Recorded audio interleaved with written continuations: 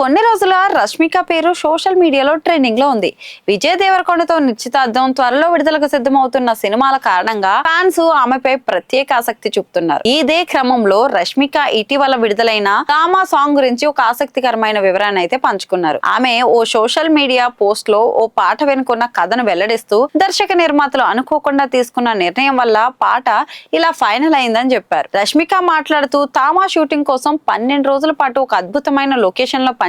చివరి రోజున దర్శక నిర్మాతలు ఆలోచన చెప్పారు. ఈ ప్లేస్ ఎంత బాగుంది కదా, మనం ఇక్కడ పాట ఎందుకు చేయకూడదు అనే ఐడియా నచ్చింది. ఇక తర్వాత 3-4 రోజుల రిహార్సల్స్ తో పాటనైతే షూట్ చేశారు.